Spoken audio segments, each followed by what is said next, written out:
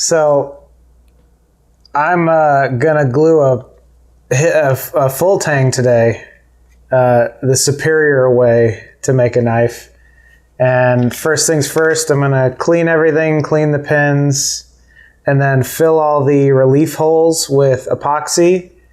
Slide that cute blade on there, and then fill all the holes on the other side and put the two together to form a bridge of epoxy between the two sandwiched halves. So that's the tang, half on either side with pins in the middle and a glue bridge in between, and that should be it. Clean it up and then it should be good. Can you explain the relief holes? Because I don't know if any other people do them. All right, so we just cut like relief holes. We drill the normal pin holes, but then we drill these extraneous holes just so that the epoxy has somewhere to fill. And then we have holes in the tang as well. So in theory, when both halves are together, the epoxy will go from these holes here through the tang into the other side where there are other holes.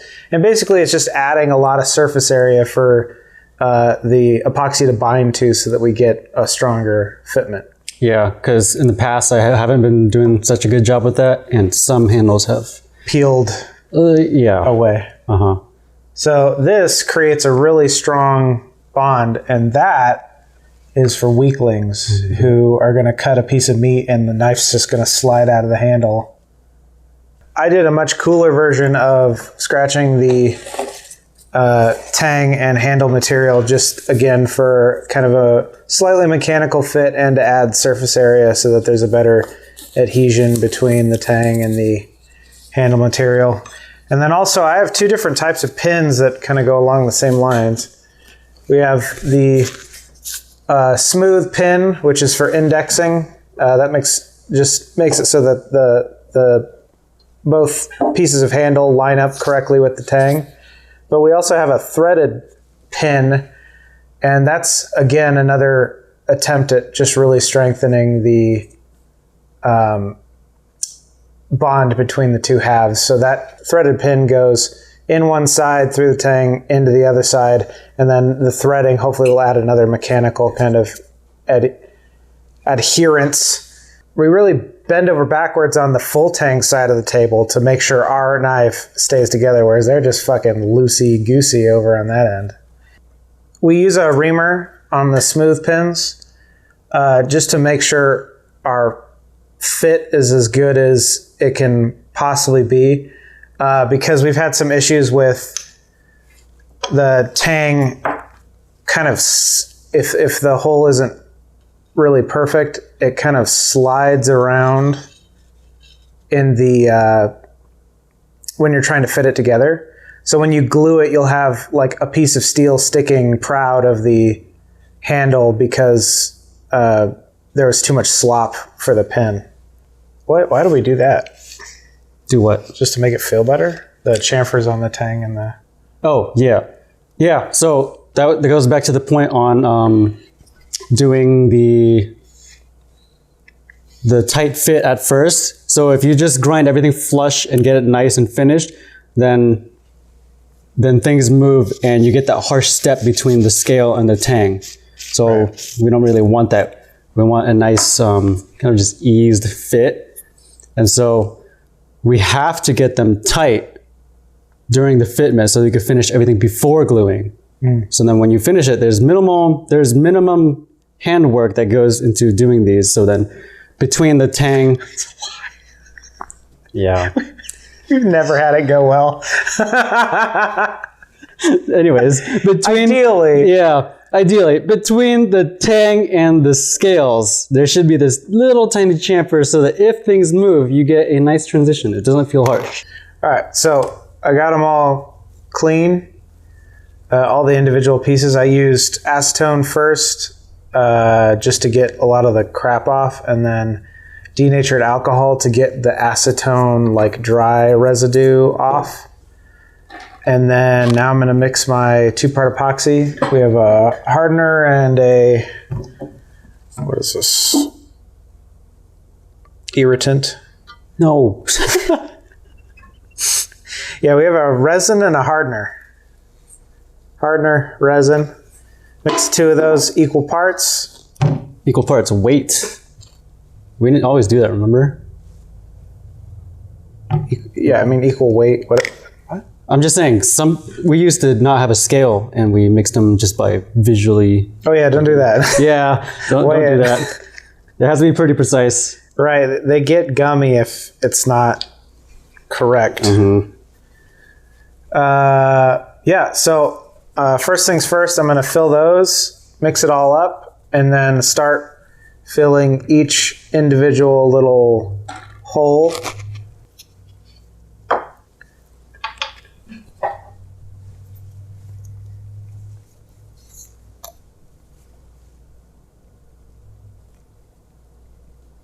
This part looks really bad in your camera view. Yeah, it doesn't look great.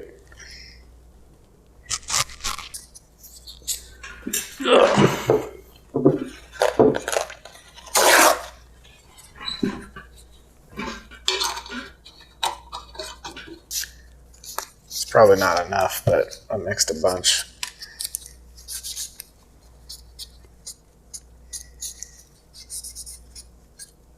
Is it exothermic? Yeah. If you mix enough of that, it gets really hot. All right. So I got, see, the glue is all in the individual holes. Glue, resin, fill all those to the brim. And then take my stick from there and just whatever's hanging off the top, I'll spread around to the rest of the surface.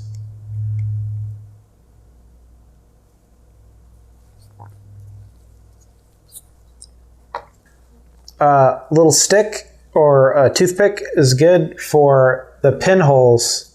I'll just stick it in there and then kind of wiggle it around to make sure that the pinhole is completely coated but not filled to the brim with epoxy, because you'll run into problems getting your pins to stay in while you're trying to mount the two together, because air bubbles in there will push the pins back out. And then for the threaded holes, I fill them a lot more so that you can kind of just screw the thread in and you get epoxy all around the threads to add more of that mechanical adhesion.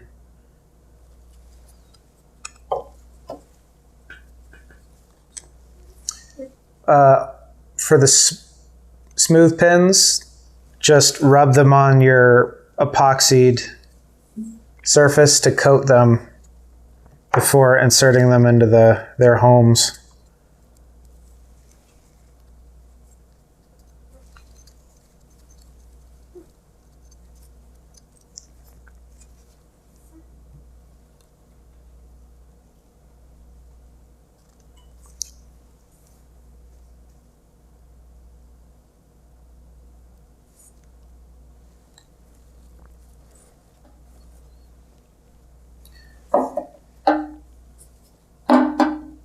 While I'm waiting for that, I'll start prepping the other handle. Okay, there you have it. Smooth pins and then the threaded pins as well. And now I'm going to stick the tang and the first half together and then fill the other half. So you can stick the tang on and get a little imprint of resin on it to see where you need to put it on the tang, but I just eyeball it these days because it all becomes a squishy, gluey mess anyway. So.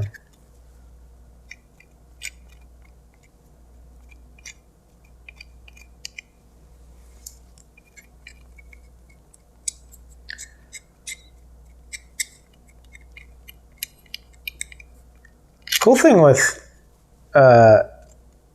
full tangs as opposed to hidden tangs is that you just need a couple of C-clamps to stick them together. This motherfucker got to like have a special fixture to pinch the blade and then squish it into the hole. Fuck that. Do you actually dislike hidden tangs? Okay. Oh, okay. But for the video, I hate them. I mean, they are kind of annoying to do. They're super annoying to glue up, but other than that, they're fine. They're easier to finish because you don't have to go through the fucking tapering process. Yeah. Jesus. And then this like pin fit up thing that we do is kind of a lot of work. But I don't know, the amount of work that we put into it, like we've kind of streamlined it a bit. For both of them? No, for this we've put way more like mental energy into. Fucking hidden tangs are still using that janky thing that I built years ago to fucking stick them together. Yeah. Whereas this, we've got all sorts of special pins. And yep. So I've got the other side all filled up, but you're not done yet. The tang has now created more vacant space that you need to fill with epoxy before you stick the two halves together. And I like to get real liberal with it, just for my own peace of mind, to make sure there's a bridge between the two halves and we get that nice stick. Just make sure you go up and down the pins, make sure the pins are thoroughly coated.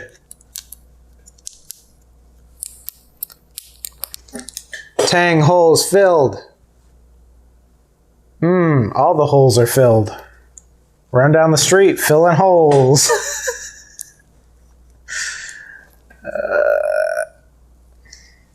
Shit, is this the right knife? All right. So all of it's filled. Now is the moment of truth. We stick it together. Okay, this should work now. And there's always air bubbles, especially with our really nice fitment Now of waste so much. rod or the pins with the reamer. So there's always air, and it requires you start clamping before it will come together fully. So don't panic. Don't panic. It'll go together as long as you measured right. Sometimes we don't measure right and it never goes together fully. But we measured right this time. And by we, I mean me. Did you? Yeah, that'll be fine. All right.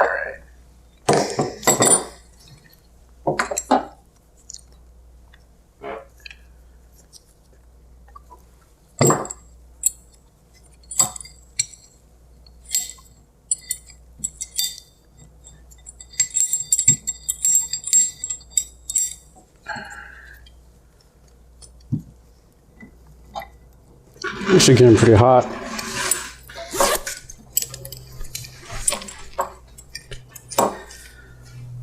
Slight break while I make a bunch of rustling.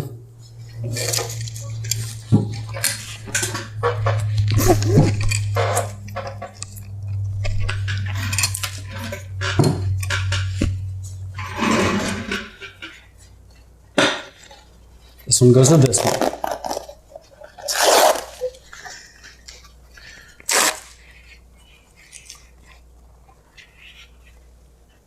So it's, as you can see, it's together. I'm just getting rid of because I applied it so liberally, I'm just getting rid of the excess resin.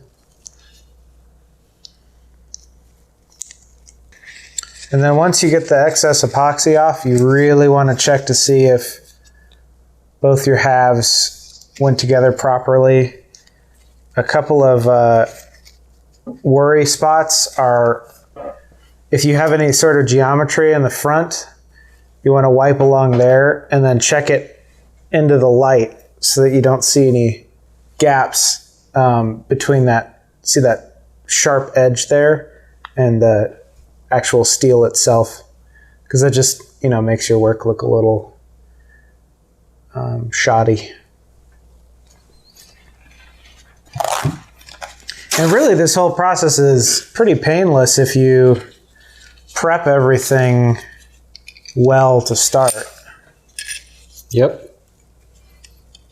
The worst moments is just not prepping things right, and then you're like fumbling and glues all over your hands and everywhere.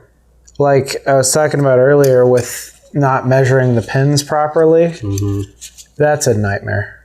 Because you have to while it's wet, unstick the two halves and then clean out all the individual, at least the pinholes, so that they, like, when you go to re-glue it, they're not smaller than they were initially. And yeah, it's a big fucking mess. Like, we have this design up front with the point. When you wipe off the front, you have to go with the grain of your sanded blade, or else, again, you'll impart, because these paper towels, like, they're in a shop where there's dust everywhere. They're not 100% like clean cloth. So any lateral movement could put a scratch in there that there's not much you can do about. And then I'm almost done with the initial wipe off. And then once that's done with, I'm going to leave it for about an hour if you're in a really dry climate or it's hot or something like that, maybe 45 minutes. And then go in with just a touch of acetone to get rid of the epoxy that's on the front mostly, where you can't change anything about the blade, and if there's any dried epoxy in a weird spot, you'll have to scrape off super carefully with a piece of brass or something. I read a technique online. You can wait till the epoxy gets to like the slightly gummy stage, and you don't have to wipe it. You just peel it right off.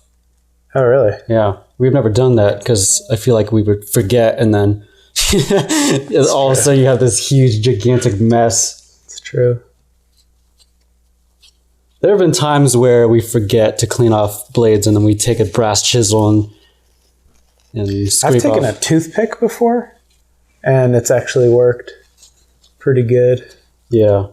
But if you have a specific finish on your blade and you try to do a toothpick on it, you might scratch it. So in that case, even a brass chisel would scratch a lot. Brass chisel is pretty heavy duty. You must have fucked up real bad if you're using a brass chisel. Yeah. But the brass is nice because it's softer than the steel, so it won't make scratches in the steel.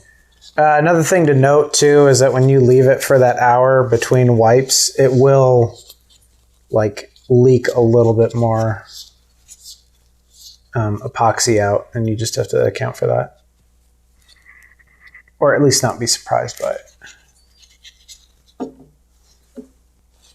So, in conclusion, you have your two prepped halves and your prepped tang. And you fill every conceivable crevice in one half, coat the pins, stick them in that half, coat the tang, stick it on with the pins on the half that's already done, fill the other half, coat the pins on the other side of the tang, and fill whatever gaps there are in the holes through the tang, and then stick the two pieces together, clean off the excess. Be real careful about the grain of your sanding job on the blade, and then wait 45 minutes to an hour and clean it off with just a touch of acetone to make sure there isn't any excess stuck around. And that's a full tang completed and done. And if you like our video, make sure you hit that subscribe button and kick the like button in the dong. No. But if you do like our stuff, we have a Patreon.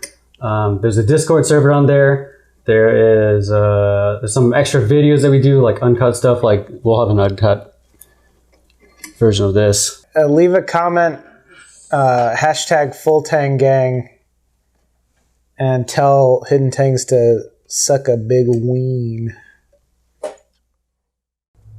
I'm going to fill holes with my goo.